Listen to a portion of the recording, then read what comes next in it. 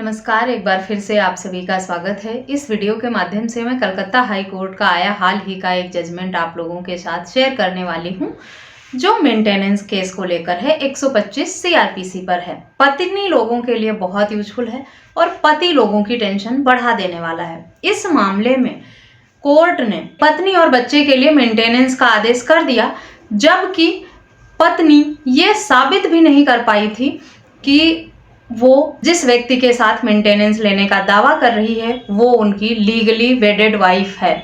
पति बार बार ये कहता रहा। ये महिला झूठे डॉक्यूमेंट्स बनाकर शादी की फोटोज और जो मंदिर में शादी का दावा कर रही है या जो भी एविडेंस इसने कोर्ट में लगाए हैं वो सब झूठे हैं, सब इसने बनाए हुए हैं फर्जी तरीके से, गलत तरीके से, और मेरी इस महिला से शादी ही नहीं हुई थी।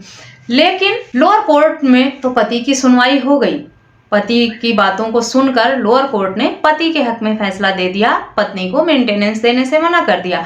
लेकिन उसके बाद पत्नी हाई कोर्ट गई। हाई कोर्ट जाकर पत्नी ने गुहार लगाई और अपनी सारी दलीलें हाई कोर्ट के समक्ष रखी। पत्नी का कहना था कि वो उस व्यक्ति के साथ, जिसे अपना पति कहती है, लंबे समय तक रिलेशनशिप में रहने के बाद, महिला का कहना था कि जिस व्यक्ति को अपना पति बता रही है उसके साथ वो लंबे समय तक रिलेशनशिप में रही। रिलेशनशिप में रहने के बाद उसने शादी किया उस व्यक्ति से मंदिर में, और शादी के बाद वो व्यक्ति उस महिला को अपने घर लेकर नहीं गया, अपनी पत्नी को घर नहीं ले गया। ये कहकर उसे मायके भेज दिया कि मैं पहले घर वालों से बात करूंगा, उन्हें मनाऊंगा, उन्हें समझाऊंगा इस रिश्ते को लेकर, उसके बाद मैं तुम्हें लेकर चलूंगा। पत्नी मायके रहने लगी जाकर शादी होने के बाद भी, और पति अपने माँ बाप के साथ अपने घर रहने लगा। लेकिन पति वहां से भी अपनी पत्नी से मिलने आता था और अपने ससुराल में, अपनी वाइफ के घर में पति पत्नी की तरह वो दोनों रहते थे। आस पड़ोस के लोग और समाज के लोगों को भी पता था कि इन दोनों ने शादी कर ली है, और ये काफी समय तक ऐसा भी चलता रहा। पहले उनका सालों तक रिलेशन रहा, उसके बाद शादी जो मंदिर में हुई उसके बाद भी सालों तक इस तरह से लड़के ने अपने माँ बाप से रिश्ते को छुपाया, चोरी छुपे अपने परिवार से लड़की के घर आकर मिलता रहा, को अपनी पत्नी मानता रहा, उसके साथ पति पत्नी के तरह संबंध बनाता रहा, रहता रहा। उसके कुछ समय बाद जब लंबे समय तक इस तरह से भी चलता रहा, महिला प्रेग्नेंट हो गई। जब प्रेग्नेंट होने के बाद महिला ने उस व्यक्ति से कहा कि वो माँ बनने वाली है, तो उसने साफ मना कर दिया ये मानने से कि ये बच्चा उसका है। उसने पत्नी मानने से भी मना कर दिया, बच्चे को भी अपनाने से मना कर दिया, और ये कहने लगा कि ये बच्चा मेरा नहीं है, मैं नहीं जानता कि ये किसका बच्चा है। उसके बाद पत्नी सास ससुर के पास गई, ससुराल में गई अपने, वहाँ गुहार लगाती रही कि मैं प्रेग्नेंट हूँ, इन्होंने शादी किया था, इस तरह से हम रह रहे हैं, हमारे पड़ोसी जानते हैं, आसपास के लोग जानते हैं, इस बात का सबूत है मेरे पास, मंदिर में हमने शादी की है। सारी गुहार लगाती रही पत्नी, और ससुराल वालों ने भी उसे अपनाने से मना कर दिया, ये कहते हुए कि मुझे 1 लाख रुपए लेकर आओ दहेज के रूप में, तब मैं तुम्हें अपनी बहू के रूप में एक्सेप्ट करूंगा। ऐसा पत्नी का कहना था। हाई कोर्ट में जो एप्लीकेशन लगाई थी पत्नी ने, उसमें पत्नी की सुनवाई ससुराल में भी नहीं हुई, पति ने भी नहीं सुनी। उसके बाद पत्नी के पास एक ही विकल्प बचता था कि वो मेंटेनेंस की मांग करे अपने और अपने बच्चे के लिए। पत्नी ने लोअर कोर्ट में 125 सीआरपीसी में केस किया, ये दावा किया कि वो उसकी लीगली वेडेड वाइफ है, पत्नी है, उसका एक बच्चा भी है, और पति अब इस तरह से उसे प्रताड़ित परेशान कर रहा है, पत्नी मानने से इनकार कर रहा है। ऐसे में वो कहाँ जाए और अपना और अपने बच्चे का गुजर बसर भरण पोषण कैसे करे। लोअर कोर्ट में पति ने साफ मना कर दिया कि मैं इस महिला को नहीं जानता, मैं इससे कभी शादी नहीं किया, ना ये बच्चा मेरा है, ये मुझे फंसा रही है और ये सारे सबूत झूठे हैं।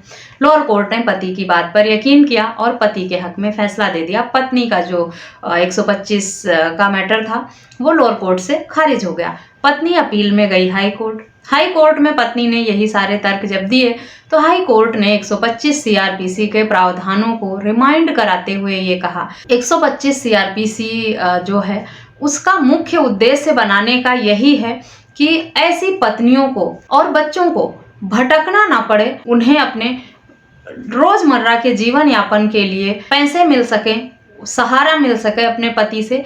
इसी बात को ध्यान में रखते हुए 125 का जो प्रावधान है वो किया गया था कानून में। और कोई महिला अगर सोशली ये कह रही है कि समाज जानता है, पड़ोसी जानते हैं, लोग जानते हैं कि हम इतने सालों से रिलेशनशिप में रहे हैं, पति पत्नी की तरह रहे हैं, मंदिर में शादी करने का प्रूफ दे रही है।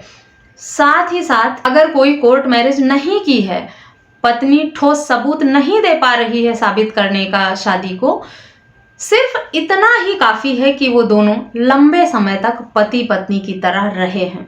इतना ही पर्याप्त है पत्नी को मेंटेनेंस का आदेश देने के लिए। और पत्नी की जो एप्लीकेशन थी मेंटेनेंस के मांग की, उसे हाई कोर्ट ने एक्सेप्ट कर लिया। पति को राहत नहीं मिली इस मामले में। समझने वाली बात यह है कि कुछ मामलों में हाई कोर्ट ने लिव इन रिलेशनशिप में रह रहे लोगों को भी मेंटेनेंस का आदेश दिया है, प्रॉपर्टी राइट दिए हैं। लिव इन रिलेशनशिप में रह रहे बच्चे को फादर से अधिकार दिलाया गया है, भरण पोषण दिलाया गया है। तो आप अगर इस गलतफहमी में हैं कि आपने अपनी पत्नी से लीगली शादी नहीं की है, लीगली वेडेड वाइफ नहीं है, तो आप भरण पोषण की राशि देने से बच जाएंगे, तो आप इस गलतफहमी को अपने मन से निकाल दें। इस जजमेंट का नाम है Shrimati Sunita Das versus state of West Bengal. Judgement की डिटेल आपको वीडियो के डिस्क्रिप्शन बॉक्स से मिल जाएगी, वहां से डाउनलोड करके डिटेल में पढ़ सकते हैं, समझ सकते हैं। और अगर आपका मामला भी इसी तरह से संबंधित है तो इस जजमेंट का यूज भी कर सकते हैं। इस जजमेंट को पढ़कर पति लोगों को ये समझ लेना चाहिए कि मेंटेनेंस के केस में हर कोर्ट के अलग अलग फैसले आ रहे हैं।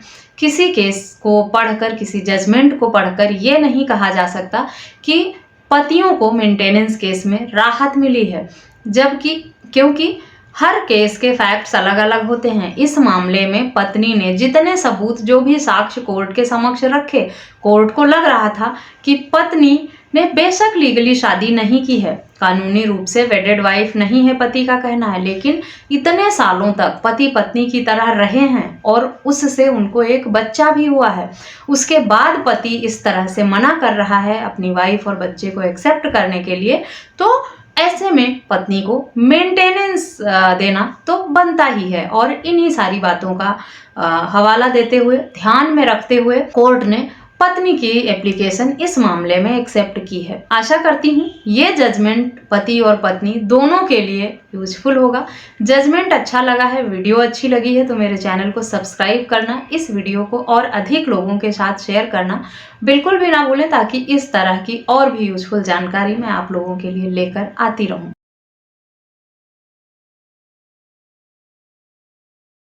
इस वीडियो में बस इतना ही। मिलते हैं नेक्स्ट वीडियो में, तब तक के लिए थैंक यू एंड बाय।